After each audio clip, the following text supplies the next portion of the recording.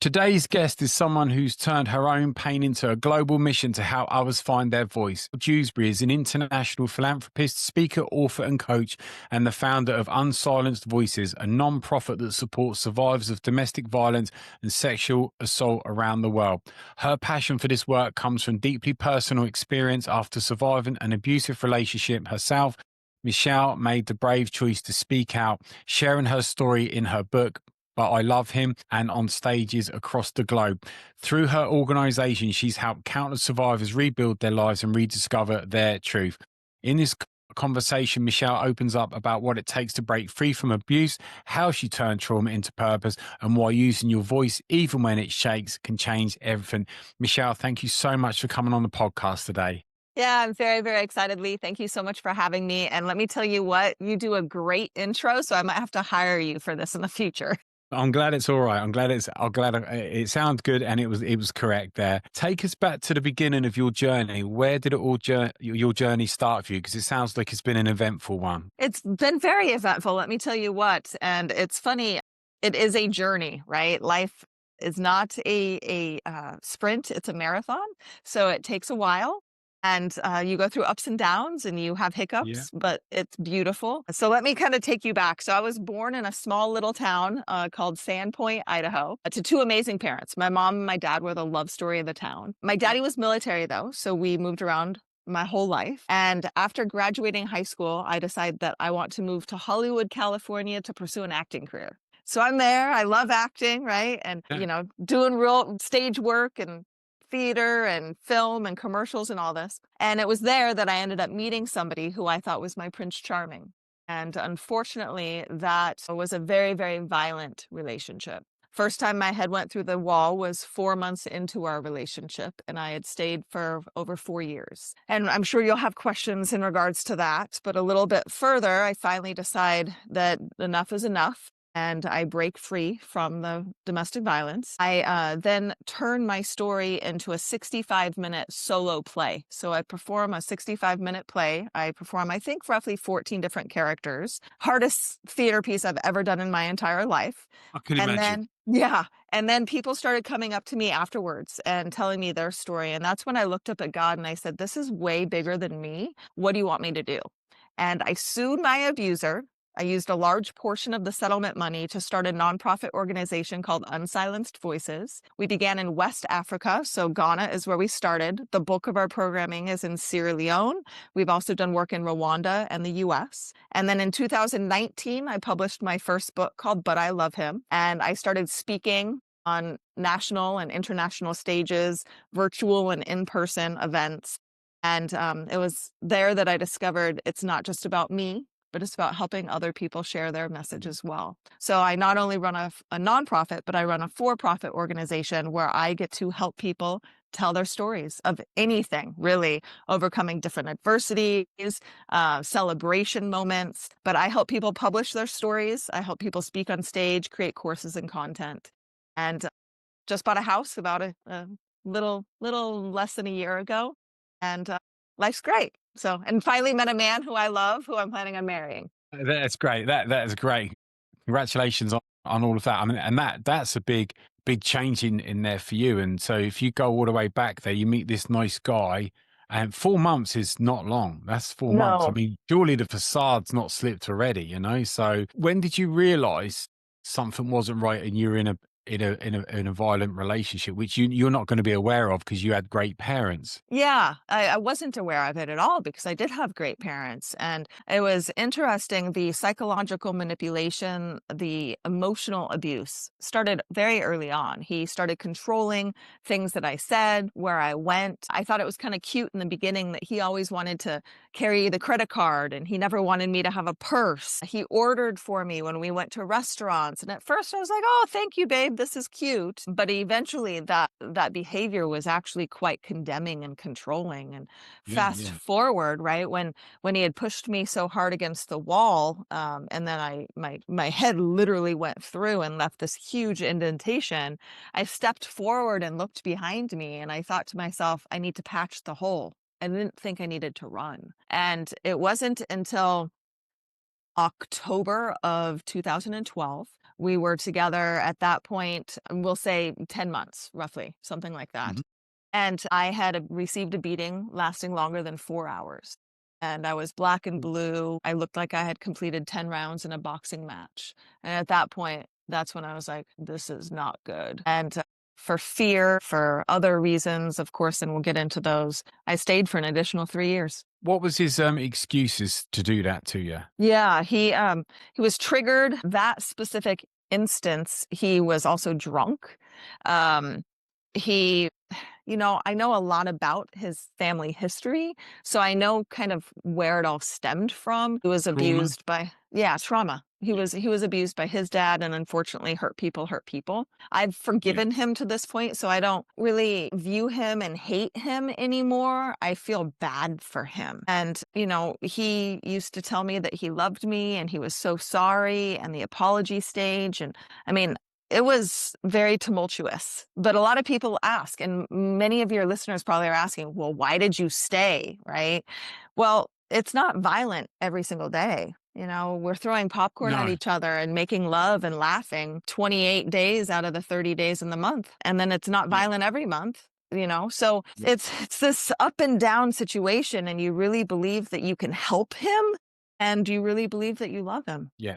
Yeah, it's the same when I've got clients that have been or are in narcissistic relationships. It's not always terrible. If it was always terrible, we're gonna go. Where it's like a lot of times it's great or well, maybe it's changed this time. Maybe and your hope springs eternal. So I get it. And I think is it statistically, is it like a woman that's in a domestic abusive relationship, is it like about sort of 30 or they leave or something? Is it seven? Seven. It's seven. I'm sure in the UK Yep. it's like insanely high, but even once, but 7. Lucky enough, I'm glad that I don't know the statistics on it accurately because it's just you know, Yeah, um, it is awful, and honestly, I left multiple times before finally escaping. Go ahead. for the escaping part, what was making you come back there? Was it like it was the usual here change, you thought you could fix him, help him, all the usual sort of things? And then he was promising, "I'm so sorry," and, for a while, he's like, "I'll go to therapy, I'm gonna get the help that I need, and you can get the help that you need," and when I started going to therapy, that's when my therapist was like, "Okay, you're And not in a healthy situation here, let me help you understand this." I mean, this might sound like a ridiculous question. When did you realize you weren't in a healthy relationship? Was it when your head's gone through the wall, or was it when your therapist is pointing out kind of the obvious to you and you're like, maybe this isn't good? Well, after that October beating, really, I was aware that something wasn't right. Yeah. And part of me still thought that I could help him, fix him, help him, change him. And I stayed. And my therapist, we discovered a lot of reasons why I stayed. And I had to take my responsibility in that because Yeah. there's reasons that I stayed. I grew up in this amazing household and I wanted this love affair that my parents had. Growing up in a military family, I learned to make friends, unmake friends, and remake friends in a different area. People went through my life very quickly, so I tend to hold on You want way stability. too tight. Yeah. Yeah. Yeah. So there's a lot of different reasons, and every survivor story is different, but still there's a common thread in every single one of them. Yeah, yeah. I've found that with clients that I've spoken to, stories have their variations, but predominantly there's always the same sort of core, which is Yeah. similar. hmm So I totally get that. What was the moment that you decided that you were going to leave for good, and why that time and not previous? Do you think? Yeah. So fast forward about 3 years into our relationship, he had gone about a year, almost a year, without physically hurting me. So we were trying to work things out to like live happily ever after, right? This love affair, this love story. So I had discovered at that point that he was having affairs on me and he was cheating on me. And when I found that out, I just psychologically speaking, I was allowing the abuse to happen, the manipulation, the financial abuse. I was even sexually abused once. And then, of course, the physical violence. But him cheating on me, I couldn't take it. So I drowned myself in a bottle. I was drinking a bottle of Maker's Mark every night, upset, crying, rolling around on the floor. And eventually he looked at me and he said, "Why don't you go back to Los Angeles Angeles, go stay with your godfather for a little bit and get your head back together. And then we can work us out again. While I was there at my godfather's house, that's when I started to document what happened to me. And that's when it was this, oh my gosh, Was how it is an this epiphany me? moment? Yeah, it was like, how is this me that I'm reading about, that I'm writing about? And that's when I was like, something has to change. And then he What did, ended up, go ahead. no, go on, go on. He ended up hurting another woman actually in November. And she had contacted me. Her head went through the window in our bathroom. And she contacted me and said, I'm going to go after him criminally. And that was the decision that I had to make. What do I do now? Okay. So much to unpack here, Lee. So there's this woman that he's having an affair with that's in your house. So let me backtrack. I find Yeah. out that he's having affairs. He Yeah. sends me to Los Angeles. We To stay get rid of you. apart to like get rid of me, to have me get my stuff back together, right? Yeah. He's away from me. We're away from each other about 6 months. And he begins a relationship with another woman. Of And course. during this time, I'm trying to figure out how I'm going to financially get out of the situation. I had contacted attorneys to try to help me get out financially. I was so worried that he was going to demolish my credit, which he did, by the way. 7 years it took me to crawl out of that. And I was missing him. There's all these crazy things going on. But then when she called me and said, "Hey, I'm going to go after this guy criminally, and if this happened to me and I was only with him this short period of time, I'm sure that it's happened to you a lot, and there's a lot more beatings than just that October beating that I went through." Yeah. And that's when I said, "Okay." And I found an attorney. I could not sue him criminally because my statute of limitations had run out. However, I was able to find a clause and we sued him civilly and settled out of court. And the other lady as well? The other lady did not sue him civilly. I believe that she only sued him criminally.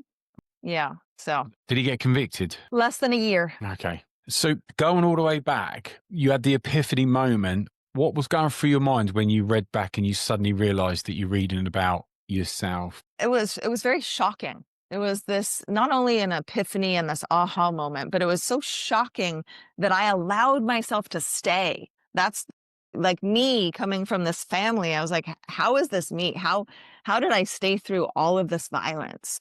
And really, when I started to write, I knew, I was like, I have to do something. And it came out in this play format. And then, like I said, after I Yeah. performed the play, Hey, that's interesting. That's yeah. good luck with that one.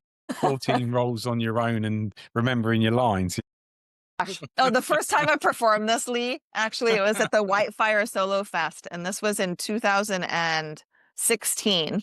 And I performed, and halfway through the play, I could not remember my lines. So I had a protagonist. So I sat down, and my protagonist was a weightlifter. So I sat down, and I was lifting weights, and I was, thinking. I was inside. I was having a huge panic attack. But eventually, the lines came back, and I was able to Right. finish.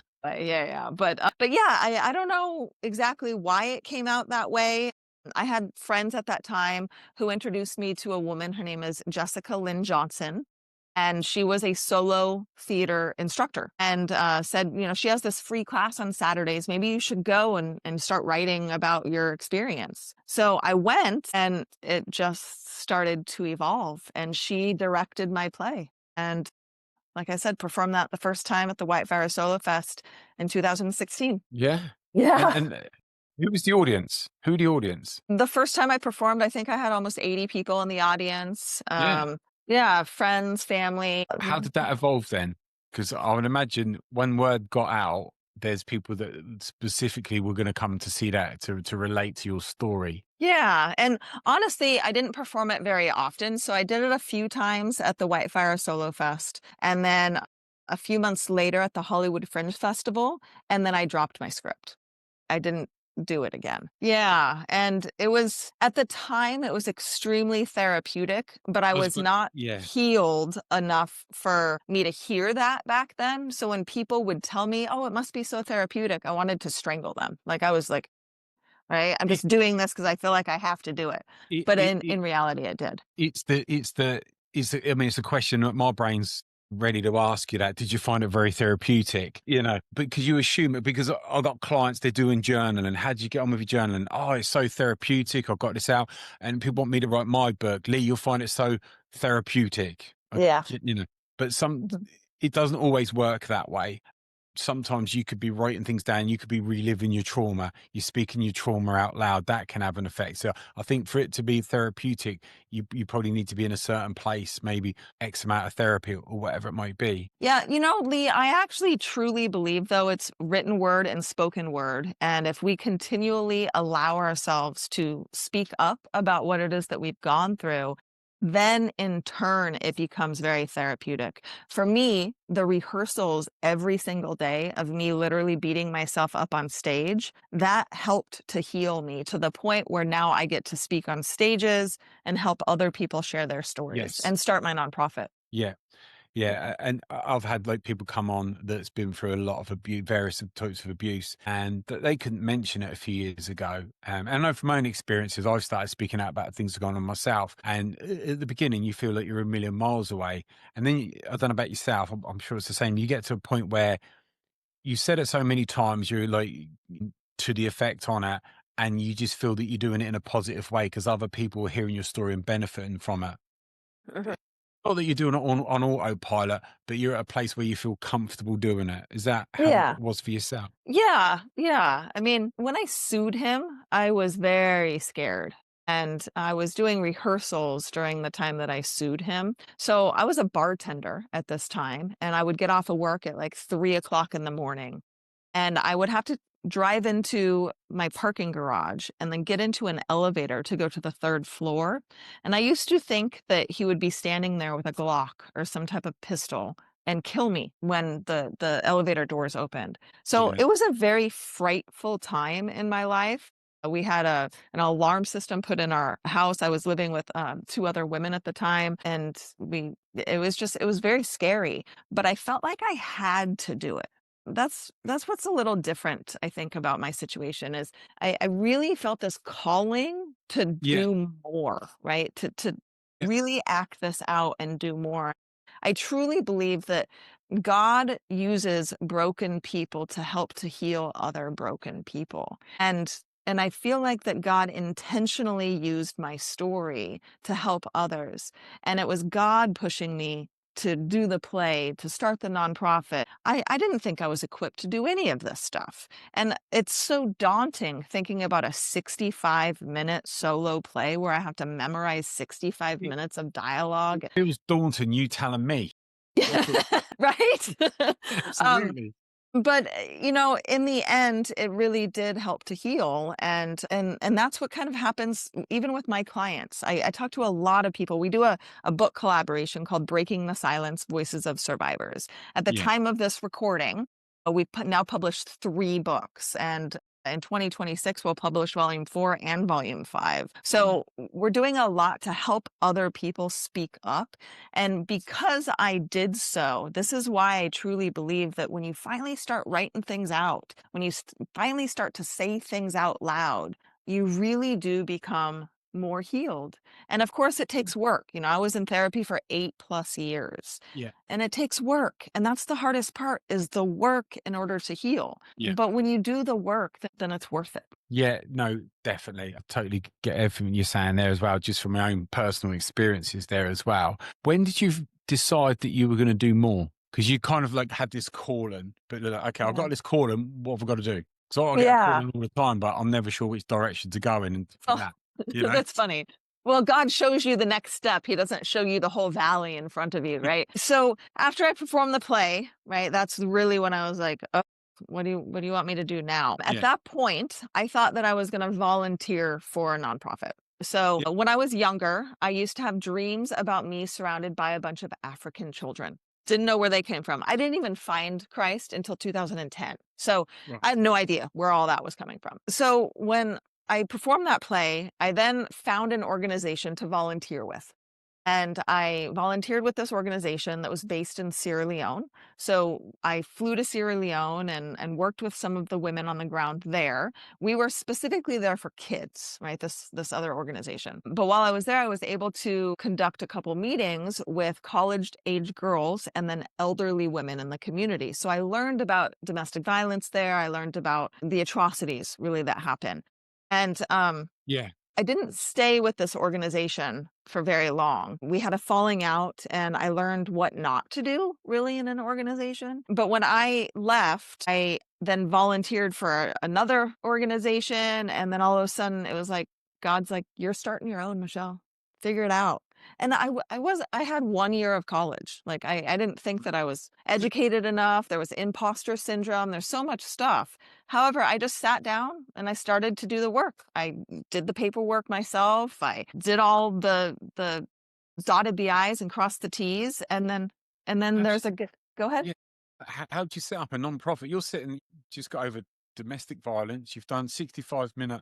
I suppose if you can do like a 65-minute stand up, you can probably do anything in the world. That is the most difficult thing I've ever had to do I so far. I know my limitations in life, and that's way past what I could reach. So, but how do you go with like, well, I'm going to do an organization. How do you even start with something like that?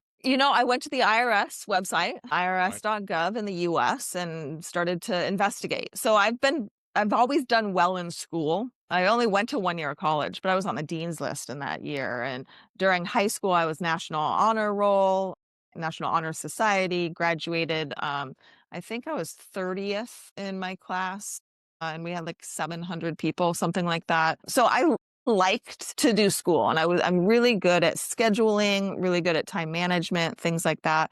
So I just started to research, how do I do this? And I got clarity on how to get it done, and it's really doesn't take too terribly much to get it done. But then it's like, what am I going to do with it now? And so, where do you Uh-huh. find people? Exactly. So Yeah. so now what, right? Okay, so I got the 501(c)(3. We were approved within a month, which is really unheard of. And it's like, okay, now what? So I'm pouring Jack and Cokes and grabbing beers for people at my bar rail. And all of a sudden, this Ghanaian doctor comes in, and I tell him, hey, I just started a nonprofit. I don't know what I'm going to do with it. And he's like, why don't you go to my home country? And I said, okay. And so I packed my bags and I flew to Ghana, and I stayed with his family. This man that I met one or two different times. It could have been disastrous, but it turned out to be really great. And I started shaking hands with other organizations, leaders in Ghana. And then the very last day of my trip, I met people with the ARC Foundation, and we partnered, and that's kind of how we started. We started to help supplement some of their initiatives, fund some of their initiatives, and I just started fundraising. Then, of course, I wanted to go to Sierra Leone because that's where my heart was based off of that trip with the other organization. We Yeah. expanded to Sierra Leone, and then in 2020, a couple organizations in Rwanda contacted me and wanted help. So we helped with assistance there. So, first of all, how do you get a partnership? How does a partnership work? Because you might be Yeah. there. Well, this is me. Okay, what have you got to offer? Not a lot. I've just arrived. So how does a partnership work? Originally, with the ARC Foundation, Hmm. they needed funding. And at that point, we had no funding. So I was like, Yeah. okay, well, I need to go back to America now and fundraise. How do I fundraise, right? How do I do all this? And let me tell you what, fundraising is the most challenging part of running a nonprofit organization. It's like 70 to 80% of the work. Yeah, yeah. Yeah, but that's what we did. We started fundraising, and late 2018, that's when I heard God tell me to go to networking events. And I was like, why do I have to do this? I don't want to go talk to people.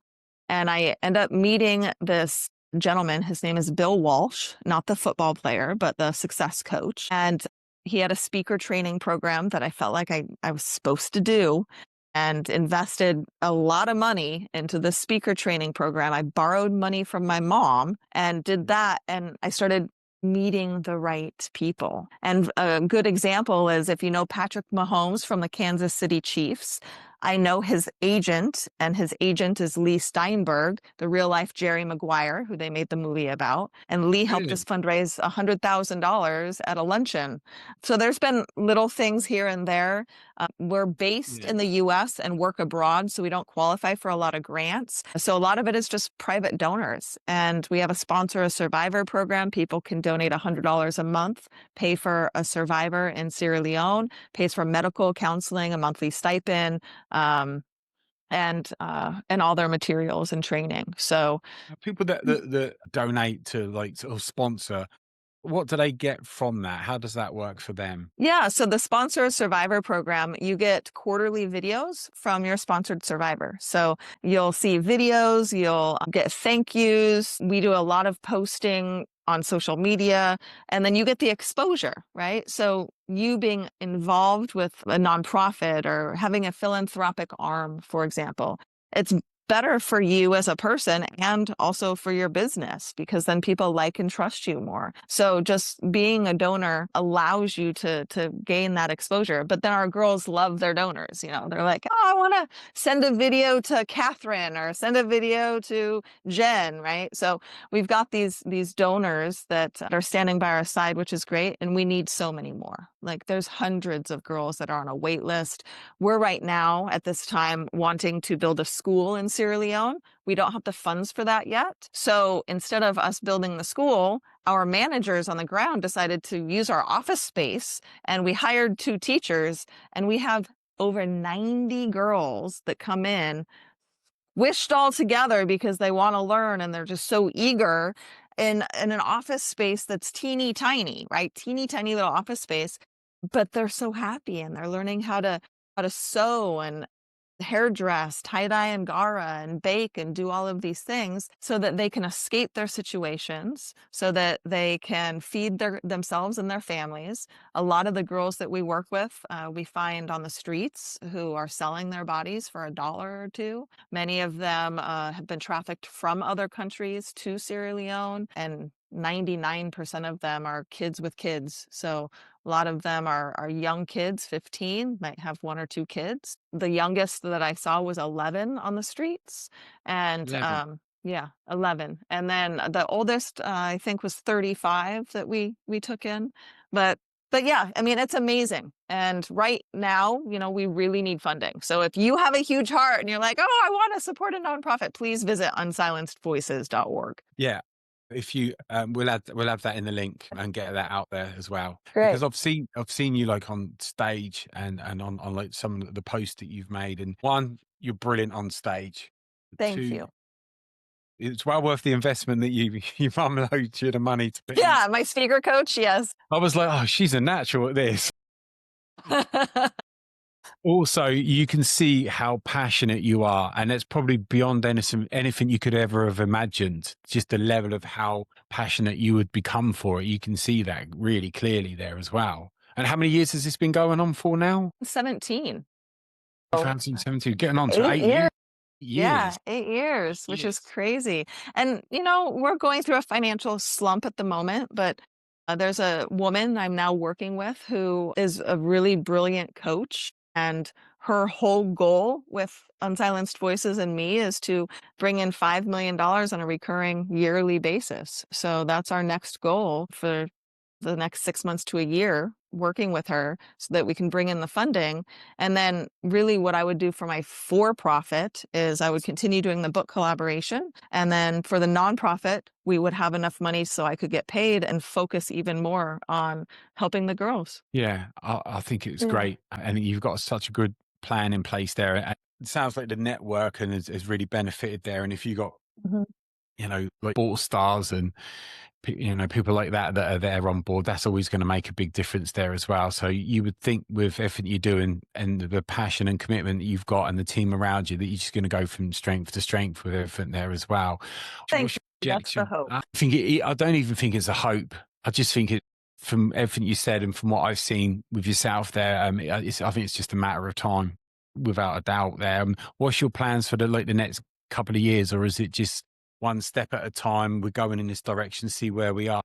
It's definitely one step at a time. However, what I would like to see in the next year, so by the end of 2026, us being able to bring the almost $200,000 to Sierra Leone so that we can build the school. I want this school to be built. So these girls definitely need our assistance, our help. And in this teeny tiny little office, they need some space, right? They need space to learn. And then I would love to expand. I don't know exactly where.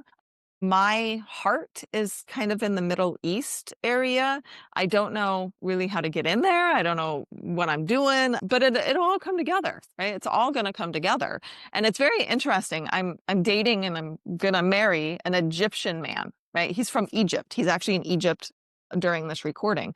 And Yeah, that's Middle East. I mean, it's Africa, but it's Middle East. I mean, he's right there. So I yeah, don't know exactly how it's all going to play out, but God does. So I just have to sure. be obedient and keep putting one foot in front of the other. Yeah, definitely. And you'll get there. And one final question. Do you ever look back where you are now to where you were and think, look how far you've gone? That's an excellent question, Lee. No matter if you are a singer, an entertainer, an actor, a business person, you go through ups and downs, and you go Yeah. through imposter syndrome, and you go through doubt and fear. And I still go through all of these things. Yeah. And you have to keep fighting and keep moving forward despite those nagging feelings that you're not going to be able to succeed, because you will succeed. And it's interesting that I've allowed myself to believe that I will succeed. And it's going to be successful because I've got God on my side. And looking back to where I was and looking at where I am now, there is tremendous growth. There really is Yeah. tremendous growth. And Uh, sometimes it's I don't sit and look at that enough is what I'm trying yeah. to get No, at. yeah. Yeah. You probably haven't got time. I think if you can do your stand up for 65 minutes with 14 different characters, this is a walk in the park for you. I think you're going to get there. Michelle, thank you so much for coming on and taking the time. I endlessly appreciate you. It's been worth the wait for you to come on there as well. I know you've been super busy, but thanks for taking the time out. And I really wish you the best of everything you're doing. It's fantastic what you're doing. Thank you so much. Thank you so much, Lee, for having me. Pleasure. Thank you.